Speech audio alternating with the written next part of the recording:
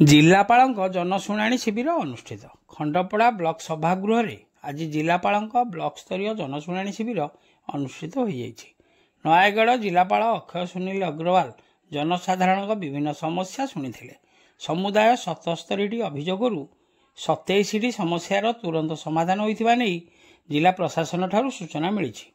सेहीपरि मोट 73 व्यक्तिगत समस्या थिबा बेले 4टी ग्राम्य समस्या एवं मुख्यमंत्री रिलीफ पांठि पई केही आवेदन करिनथिबा सूचना रही।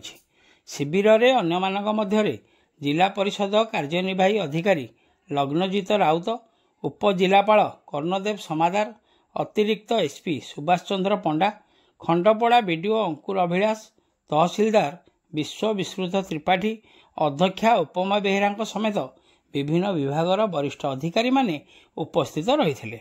प्राय 2 मास पर जनशुणाणी शिविर अनुष्ठित होता बेले प्रसार प्रचार नथिबा जोगु लोकों संख्या कम रही नहीं सूचना मिली। शिविर में ब्लॉक प्रशासन कर्मचारी सक्रिय सहयोग करथिले।